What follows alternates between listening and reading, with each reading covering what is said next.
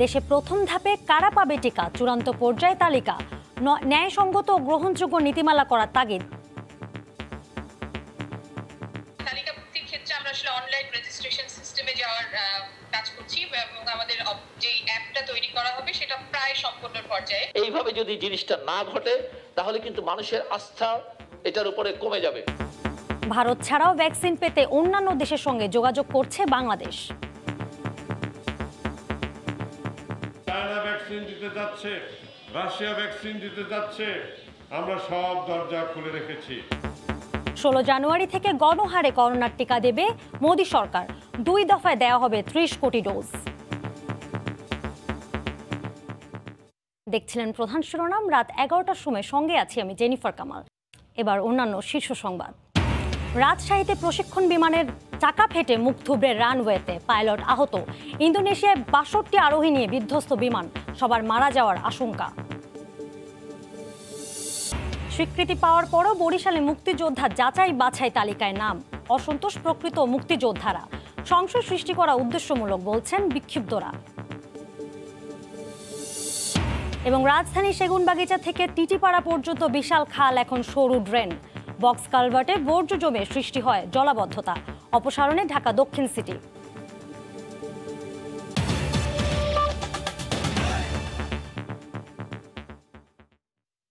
দেশে প্রথম ধাপে কারা টিকা পাবে সে তালিকা চূড়ান্ত পর্যায়ে রয়েছে বলে জানিয়েছে স্বাস্থ্য অধিদপ্তর। তবে বিশেষজ্ঞরা বলছেন টিকা বন্টনে বিজ্ঞানসম্মত ও সবার কাছে গ্রহণযোগ্য নীতিমালা প্রয়োজন। তালিকা ন্যায়সঙ্গত না হলে জনমনে চরম অসন্তোষ বাড়বে বলেও আশঙ্কা তাদের। এদিকে স্বাস্থ্যমন্ত্রী জানিয়েছেন শুধু ভারত নয়, চীন ও রাশিয়াও বাংলাদেশে করোনার ভ্যাকসিন দেবে। একমাত্র টিকাতেই মিলবে করোনায় মুক্তি, সেই পথেই এখন হাঁটতে শুরু করেছে বিশ্ব।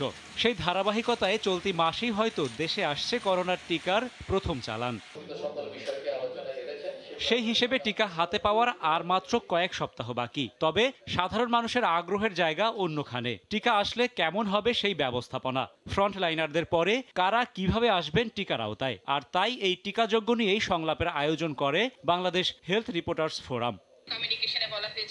আলোচনায় অনলাইনে যুক্ত হয়ে স্বাস্থ্য অধিদপ্তরের অতিরিক্ত মহাপরিচালক ডাক্তার সেব্রিনা ফ্লোরা জানান, প্রথম মাসে পাওয়া 50 ডোজের 25 লাখ টিকা যাদের দেয়া হবে তাদের নিবন্ধন প্রক্রিয়া চূড়ান্ত পর্যায়ে। টিকা নিতে নাম লেখাতে হবে অনলাইনে। তালিকাভুক্তির ক্ষেত্রে আমরা আসলে অনলাইন রেজিস্ট্রেশন সিস্টেমে যাওয়ার কাজ করছি এবং আমাদের যে অ্যাপটা তৈরি করা হবে সেটা প্রায় সম্পূর্ণ পর্যায়ে।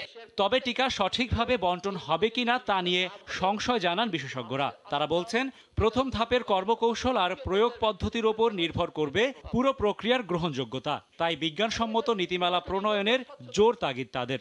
যত স্বচ্ছভাবে এই প্রক্রিয়াটি হবে, মানুষের সঙ্গে বারবার আলাপ করে হবে, ততই আসলে এই নির্বাচন প্রক্রিয়াটি কাকে ভ্যাকসিন দেওয়া হবে বিশেষ গ্রহণযোগ্যতা পাবে। দেশের কনটেক্সটের সঙ্গে মিলে এইভাবে যদি জিনিসটা না ঘটে তাহলে কিন্তু মানুষের আস্থা এটার উপরে কমে যাবে। যাদেরকে ভ্যাকসিন দেওয়া হবে তাদেরকে একটা মনিটরিং এ রাখা দরকার, যাতে তাদের কোনো অ্যাডভান্স বা সাইড ইফেক্ট হলে সেটা যেন সাথে সাথে নজরে আনা যায়। এদিকে মানিকগঞ্জে এক অনুষ্ঠানে স্বাস্থ্যমন্ত্রী জানান, ভারত ছাড়াও ভ্যাকসিন পাঠাতে সম্মত হয়েছে আরো কয়েকটি দেশ। চায়না ভ্যাকসিন দিতে যাচ্ছে, রাশিয়া ভ্যাকসিন দিতে যাচ্ছে, আমরা সব দরজা খুলে রেখেছি। কিছু ভ্যাকসিন ফাইবার বিনামূল্যে আমাদেরকে দিবে। এই ভ্যাকসিনের সংখ্যা প্রায় 4 লক্ষ লোককে দেওয়ার মতো। চলতি মাসেই ভারতের সেরাম ইনস্টিটিউট থেকে অক্সফোর্ডের টিকা আসবে বলে আবারও জানান স্বাস্থ্যমন্ত্রী। রাশেদ বাপ্পি, সময় সংবাদ, ঢাকা। আগামী 16 জানুয়ারি থেকে ভারতে শুরু হচ্ছে টিকাদান কর্মসূচি। তবে কোভিশিল্ড নাকি কোভ্যাক্সিন, কোন টিকা আগে প্রয়োগ করা হবে সেই বিষয়টি এখনো পরিষ্কার নয়। কাল দেশটির সব রাজ্যের মুখ্যমন্ত্রী ও কেন্দ্রশাসিত রাজ্যগুলোর গভর্নরের সঙ্গে ভিডিও কনফারেন্স করবেন প্রধানমন্ত্রী নরেন্দ্র মোদী। প্রথম দফায় 3 কোটি ডোজ ভ্যাকসিন প্রয়োগ করবেন বিজেপি সরকার। কলকাতা থেকে সুব্রত আচার্যের রিপোর্ট।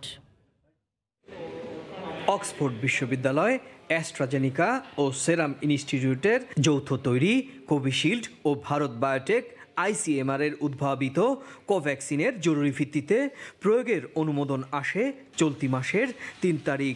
শুক্রবার থেকে শনিবার দুদিন দেশটিতে চলছে তৃতীয় দফার পরীক্ষামূলক প্রস্তুতি। ভারত জুড়ে করোনার টিকা নিয়ে সাধারণ মানুষের মধ্যেও দেখা দিয়েছে তুমুল আগ্রহ। ভ্যাকসিনটা যদি খুব ভালো হয় তাহলে মানুষের উপকারে লাগে। মানুষের ওপর প্রয়োগ করার পরে কি দাঁড়ায় সেটা না জানলে তো বোঝা মুশকিল। টিকাদান কর্মসূচির প্রস্তুতির অংশ হিসেবে সোমবার মুখ্যমন্ত্রীদের সঙ্গে ভার্চুয়ালি বৈঠক করবেন প্রধানমন্ত্রী নরেন্দ্র মোদী। তবে কোভিশিল্ড নাকি কোভ্যাক্সিন, কোন টিকা প্রথম প্রয়োগ করা হবে সে বিষয়ে এখনো পরিষ্কার নয়। ভ্যাকসিন কার্যক্রম শুরুর জন্য এরই মধ্যে 500 কোটি টাকার অর্থ বরাদ্দ করেছে মোদী সরকার। আগামী 16 জানুয়ারি থেকে শুরু হয়ে যাবে ভারতে টিকাকরণ কর্মসূচি। মন্ত্রিপরিষদের বৈঠকের পর আজ সন্ধ্যায় এই সিদ্ধান্ত নেন প্রধানমন্ত্রী নরেন্দ্র মোদী। 2 দফায় মোট 30 কোটি মানুষের শরীরে দেয়া হবে এই টিকা। প্রথম দফায় 3 কোটি এবং দ্বিতীয় দফায় 27 কোটি মানুষের শরীরে দেয়া হবে কোভিশিল্ড ও কোভ্যাক্সিন এই ভ্যাকসিন। কলকাতা থেকে সুব্রত আচার্য, সময় সংবাদ। অন্য প্রসঙ্গ, রাজশাহী বিমানবন্দরে রানওয়েতে অবতরণের সময় মুখ থুবড়ে পড়েছে একটি প্রশিক্ষণ বিমান। এতে পাইলট আহত হলেও অক্ষত রয়েছেন প্রশিক্ষণার্থী। দুর্ঘটনার পর 1.5 ঘন্টা বন্ধ থাকে বিমান উড্ডয়ন ও অবতরণ। বিস্তারিত জানাচ্ছেন রাকিবুল হাসান। রাজশাহী হযরত শাহ মখদুম বিমানবন্দরে শনিবার দুপুরে একটি প্রশিক্ষণ বিমান দুর্ঘটনার শিকার হয়। বিমানবন্দর কর্তৃপক্ষ জানিয়েছে, গ্যালাক্সি ফ্লাইং একাডেমির সেসনা 152 মডেলের একটি বিমান দুপুরে রানওয়ের উত্তর দিক থেকে অবতরণের সময় তার ডান দিকের চাকা ভেঙে যায়। এরপর আবারও বিমানটি রান করার সময় সামনের চাকা ভেঙে যায়। এতে বিমানে থাকা প্রশিক্ষক ও প্রশিক্ষণার্থী আহত হয়। পরে তাদের উদ্ধার করে প্রাথমিক চিকিৎসা দেওয়া হয়েছে। যারটার চাকা ভেঙে এখন বর্তমানে পড়ে আছে। একটা আওয়াজ হয়, তখন আমরা গলা ছেড়ে পাঁচের উপর থেকে দেখি কি সামনের চাকাও ভেঙে গেছে, পিছনের ডান চাকাও ভেঙে গেছে। দীপরে যে শিক্ষণ এখানে বেড়ালে পথে পায়ে আঘাত লেগেছে। রানওয়েতে বিমান দুর্ঘটনার কারণে খানিকটা বিলম্ব হয় ঢাকা থেকে ছেড়ে আসা বিমানের উড্ডয়ন। তবে বিমানবন্দরের নিরাপত্তা কর্মীরা বলছেন, দুর্ঘটনা খুব বেশি গুরুতর না হয় খুব দ্রুতই দুর্ঘটনা কবলিত বিমানকে অপসারণ করা গেছে রানওয়ে থেকে। এমনিতেই নিচে বিমান ল্যান্ড করছে আর কি, তেমন কোনো প্রবলেম হয়নি এবং সেটা হতাহতের কোনো ঘটনা ঘটে নাই, যে কারণে ইনিশিয়ালি আমাদের সেখানে গিয়ে কাজ করা লাগেনি আর কি। রান থাকিয়া যখন 35 থাকি নামিয়া কিছু দূর অর্থাৎ ভিআর এবং 35-এর মাঝামাঝি যখন আসছে, সামনের ওই যে চাকাটা ফসকে গেছে। পাইলট এবং ওই যে চালক প্রশিক্ষণ ছিল, ওরা দুজন বেরিয়ে গেছে, কোনো ক্ষয়ক্ষতি কারো হয়নি। আর বিমানবন্দর কর্তৃপক্ষ জানিয়েছে, বিকেল 5:30টার পর থেকে বিমান উড্ডয়ন ও অবতরণে আর কোনো সমস্যা নেই। রাকিবুল হাসান, সময় সংবাদ, রাজশাহী।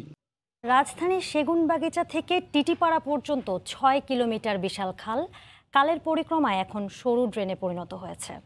বক্স কালভার্টে রূপান্তরিত হওয়া সে খাল এখন দক্ষিণ সিটির জলাবদ্ধতার মূল কারণ। দীর্ঘদিন ধরে জমে থাকা আবর্জনা অপসারণ শুরু করেছে ঢাকা দক্ষিণ সিটি কর্পোরেশন।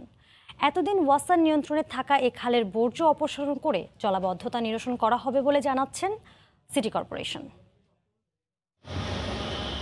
টিটিপাড়ার এই সরু কালভারটি ছিল একসময়ের প্রবাহমান ঝিল। এখানেই চলতো নৌকা, ভিড়ত বড় বড় স্টিমার। সেগুনবাগিচা থেকে শুরু হয়ে ফকিরাপুল, বিজয়নগর হয়ে খালের বিস্তৃতি ছিল মান্ডা, জিরানি খাল পর্যন্ত।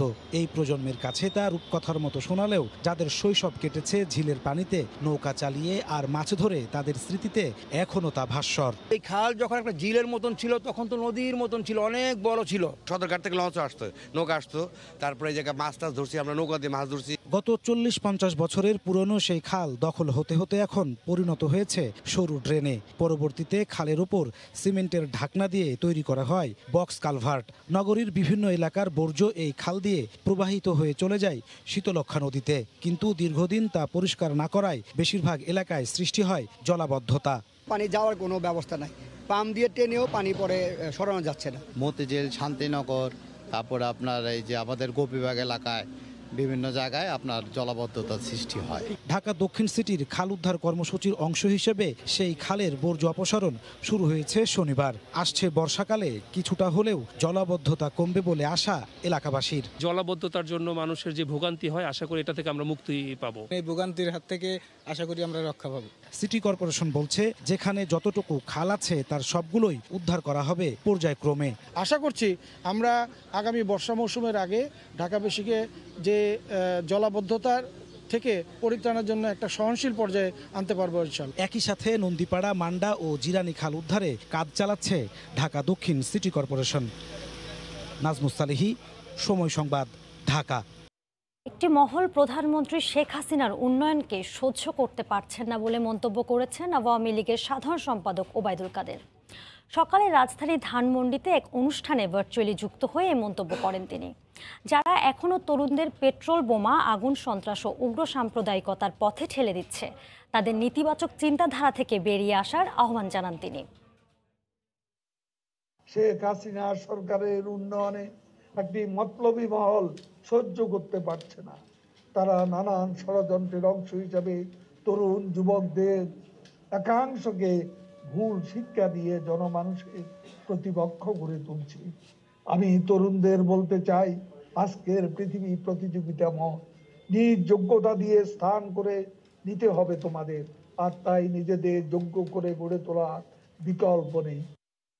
রাজধানীর ফুলবাড়িয়া মার্কেটের দোকান বরাদ্দ উচ্ছেদ নিয়ে জলঘোলা কম হয়নি, গড়িয়েছে আদালত পর্যন্ত। অনিয়ম করে দোকান বরাদ্দ দেওয়ার অভিযোগ ওঠে ঢাকা দক্ষিণ সিটি কর্পোরেশনের সাবেক মেয়র সাইদ খোকনের বিরুদ্ধে। বিচারাধীন বিষয়ে আগে মন্তব্য করতে অস্বীকৃতি জানালেও হঠাৎ করে দৃশ্যপটে নেমে ঢাকা দক্ষিণের সাবেক মেয়র বর্তমান মেয়রের বিরুদ্ধে নানা অভিযোগ তুললেন। সকালে হাইকোর্টের সামনে ক্ষতিগ্রস্ত ব্যবসায়ীদের ব্যানারে আয়োজিত মানববন্ধনে তিনি এই অভিযোগ করেন। শনিবার বেলা 11টায় হাইকোর্টের সামনে কদম ফোয়ারা মোড়ে এভাবেই নানা আক্রমণাত্মক ব্যানার ফেস্টুন নিয়ে মানববন্ধনে দাঁড়ায় গুলিস্তান নকশা বহির্ভূত দোকান উচ্ছেদে ক্ষতিগ্রস্ত ব্যবসায়ীরা। ফেস্টুনে বর্তমান মেয়র ব্যারিস্টার তাপসকে নিয়ে আক্রমণাত্মক ভাষায় স্লোগান লেখার পাশাপাশি নগর ভবন ঘেরাওয়েরও উস্কানি দেওয়া হয়। মানববন্ধনে অংশ নেন নকশা বহির্ভূত দোকান বরাদ্দে অনিয়মের মূল অভিযোগ যার বিরুদ্ধে সেই সাইদ খোকনও। বক্তব্যে তিনি নিয়ম মেনে দোকান বরাদ্দ দেওয়া হয়েছিল দাবি করে উচ্ছেদের বৈধতা নিয়ে প্রশ্ন তোলেন। এই কর্পোরেশনে যারা বসে আছে তারা এই শহরের মানুষের আর্তনাদ, আর্তচিৎকার শুনতে পায় না। তাপস, দুর্নীতি মুক্ত প্রশাসন গড়তে হলে সর্বপ্রথম নিজেকে দুর্নীতি মুক্ত করুন। সাইদ খোকন বর্তমান মেয়রকে নিয়ে নানা বিষোদগার করে মেয়র পদ থেকে সরে দাঁড়ানোর আহ্বান জানান। তাপস দক্ষিণ সিটি কর্পোরেশনে শত শত কোটি টাকা তার নিজ মালিকানাধীন মধুমতি ব্যাংকে হস্তান্তরিত করেছেন। এই টাকা তিনি বিভিন্ন ব্যক্তি এবং প্রতিষ্ঠানে বিনিয়োগের মাধ্যমে কোটি টাকা লাভ করেছেন। এমন কর্মকাণ্ড ঢাকা দক্ষিণ সিটি কর্পোরেশন আইন অনুযায়ী তাপস মেয়র হিসেবে দায়িত্ব পরিচালনায় অযোগ্য হিসেবে বিবেচিত হয়েছে। মাত্র 15 দিন আগেও বিচারাধীন বিষয় যেখানে কথা বলতে রাজি হননি এই সাইদ খোকন, সেখানে জনসম্মুখে এসে সেই একই বিষয়ে মন্তব্য করা বিচার কাজকে প্রভাবিত করার শামিল বলে মনে করছেন আইনজীবীরা। কোনো ফৌজদারি মামলার সম্পর্কে অভিযুক্ত ব্যক্তি প্রকাশ্যে কোনো মন্তব্য করেন, স্বাভাবিকভাবে এই ধরনের মন্তব্যে বিচার প্রক্রিয়াকে, বিচার কার্যকে প্রভাবিত করে। সম্প্রতি গুলিস্তানের ফুলবাড়িয়া মার্কেটে নকশা বহির্ভূত 911টি দোকান উচ্ছেদ করে দক্ষিণ সিটি কর্পোরেশন, যা সাবেক মেয়র সাইদ খোকনের আমলে নিয়ম বহির্ভূতভাবে টাকার বিনিময়ে বৈধতা দেওয়া হয়েছিল বলে অভিযোগ রয়েছে। এ নিয়ে মামলাও করেছেন ক্ষতিগ্রস্ত ব্যবসায়ীরা। মাহমুদ রাকিব, সময় সংবাদ, ঢাকা। লাল বই কিংবা মুক্তিবার্তা, নাম আছে সর্বত্র। স্বীকৃত মুক্তিযোদ্ধা হিসেবে ভাতাও পাচ্ছেন তারা, কিন্তু এরপরও নাম উঠেছে মুক্তিযুদ্ধ মন্ত্রণালয় ও জাতীয় মুক্তিযোদ্ধা কাউন্সিলের মুক্তিযোদ্ধা যাচাই বাছাই তালিকায়। বরিশালের ভুক্তভোগী দুজন মুক্তিযোদ্ধা সংবাদ সম্মেলন করে এ ব্যাপারে সরকারের দৃষ্টি আকর্ষণ করেন। এদিকে সাবেক জেলা মুক্তিযোদ্ধা কমান্ডার বলছেন বিষয়টি ভুলে হতে পারে, সংশোধনের প্রক্রিয়া চলছে। মাহমুদুন নবীর তোলা ছবিতে আরও জানাচ্ছেন ফেরদাউস সোহাগ। বরিশালের শ্রীনাথ চ্যাটার্জি লেনের তপন কুমার চক্রবর্তী, লাল বইতে নাম আছে তার। এরপরও 2019 সালের ডিসেম্বরে প্রকাশিত রাজাকারের তালিকায় তার নাম আসে। আর এবার নাম এসেছে জাতীয় মুক্তিযোদ্ধা কাউন্সিলের সদ্য প্রকাশিত মুক্তিযোদ্ধা যাচাই বাছাই তালিকায়। প্রকৃত মুক্তিযোদ্ধা হয়েও যাচাই বাছাই তালিকায় নাম আসায় ক্ষোভ প্রকাশ করেছেন তপন কুমার চক্রবর্তী। আমার নাম লাল বইতে, গেজেটে এবং ওসমানী সার্টিফিকেটে বিভিন্ন জায়গায় আছে। আমি একজন শিক্ষিত মুক্তিযোদ্ধা ভাতাপ্রাপ্ত। তা সত্ত্বেও বারবার আমাকে কেন হয়রানি করা হতো। এদিকে মুক্তিবার্তায় নাম থাকার পরও যাচাই বাছাই তালিকায় নাম আসায় উদ্বিগ্ন মুক্তিযোদ্ধা খান আলতাফ হোসেন ভুলু। এই 50 বছর পরে এখন আবার ফের যাচাই বাছাই করার জন্য আমার মুক্তিযুদ্ধ মন্ত্রণালয় থেকে নাম এসেছে। এটা আমার কাছে অত্যন্ত দুঃখজনক, অত্যন্ত লজ্জাজনক। বিষয়টির জন্য মন্ত্রণালয়ের অদক্ষতাকে দুষছেন ভুক্তভোগী মুক্তিযোদ্ধা পরিবারের সদস্যরা। এই ঘটনায় আমরা খুব হতবাক হয়েছি। আমাদের জন্য এটা অসম্মানের, এর তীব্র নিন্দা জানাই। এই অদক্ষতা, অবহেলা বা চক্রান্ত হলে এর সাথে কারা জড়িত সেটা নিরূপণ করে তাদের শাস্তির দাবি জানাচ্ছি এবং ভবিষ্যতে যেন এই প্রকৃত বীর মুক্তিযোদ্ধাদেরকে এভাবে হয়রানির সম্মুখীন না হতে হয় সেজন্য আমরা জোর দাবি জানাচ্ছি। বিষয়টি ভুলে হয়েছে, সংশোধনের প্রক্রিয়া চলছে বলে জানান জেলা মুক্তিযোদ্ধা সাবেক কমান্ডার। আমরা অলরেডি তাদের নাম রেকটিফিকেশন কইরা আমরা মন্ত্রণালয়ে পাঠিয়েছি এবং এরা এই যাচাই বাছাই থেকে বাদ যাবে। বরিশাল জেলায় ভাতাপ্রাপ্ত মুক্তিযোদ্ধার সংখ্যা 7071 জন। জামুকের সদ্য প্রকাশিত তালিকায় নাম এসেছে 205 জনের। ফিরদাউস সোহাগ, সময় সংবাদ, বরিশাল। রাজধানীতে সবচেয়ে বেশি শব্দ দূষণপ্রবণ এলাকা সচিবালয় ও তার আশপাশ। নীরব এলাকা ঘোষণার পর শান্ত ছিল না 1 মিনিটও, উল্টো বেড়েছে 9 গুণ। আজ ঢাকা রিপোর্টার্স ইউনিটিতে এক সংবাদ সম্মেলনে এ তথ্য প্রকাশ করে বেসরকারি সংস্থা স্ট্যামফোর্ড বায়ুমণ্ডলীয় দূষণ অধ্যয়ন কেন্দ্র। ভয়াবহ শব্দ দূষণের কারণে সচিবালয় এলাকায় ট্রাফিক পুলিশ সদস্যদের শ্রবণ শক্তি কমে যাচ্ছে। রাজধানীর ব্যস্ততম এলাকা কদম ফোয়ারা। রাষ্ট্রীয় গুরুত্বপূর্ণ স্থান সচিবালয়ের পাশে এখানে গড়ে শব্দ দূষণের পরিমাণ 127 ডেসিবেলের বেশি, যা মানুষকে ফেলেছে স্বাস্থ্য ঝুঁকিতে। সচিবালয়ের চারপাশের 12টি স্থানের শব্দের উপর গবেষণার ফলাফল বলছে বাংলাদেশের অন্যতম শব্দ দূষণ এলাকা এই সচিবালয়। অথচ এই এলাকা নীরব হিসেবে ঘোষণা করেছে সরকার। নীরব এলাকা ঘোষণা করার পর এই এলাকায় বেড়েছে শব্দ দূষণের মাত্রা। সাউন্ড আমাদের জন্য মানসিকভাবে অস্বস্তিকর পরিবেশ সৃষ্টি করে। সাউন্ড আমাদের জন্য ভারসাম্যতা নষ্ট করে, মাথার মধ্যে একটু গোলযোগ সৃষ্টি করে, রাত্রে ঘুমানোর সময় একটু অশান্তি ফিল হয়, অসুবিধা করে সবাই। এটা শব্দ দূষণ আর কি, এটা ঠিক না। নগরীতে থাকতে থাকতে মনে হচ্ছে আমরা আস্তে ধীরে শ্রবণ প্রতিবন্ধী হয়ে যাচ্ছি।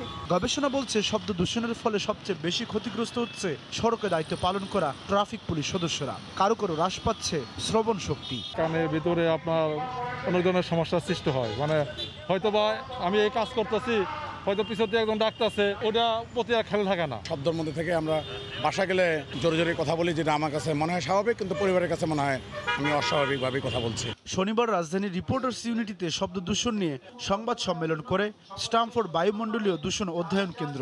সংস্থাটি বলছে দূষণ প্রতিরোধে হাইড্রোলিক হর্ন ব্যবহার বন্ধ করতে হবে। সচিবালয়ের চারপাশের 12টি স্থান রয়েছে, সেখানেও আমরা যেই নীরব এলাকার মানমাত্রা রয়েছে তার কোনো ইমপ্লিমেন্টেশনই আমরা লক্ষ্য করি নাই এবং সেখানে কোনো সময়ের জন্য নীরব ছিল না। সংবাদ সম্মেলনে দাবি জানানো হয় দূষণ বন্ধে নিয়মিত ভ্রাম্যমাণ আদালত পরিচালনা সহ সড়কের পাশে গাছ লাগানোর। সাদাত রহমতুল্লাহ, সময় সংবাদ, ঢাকা।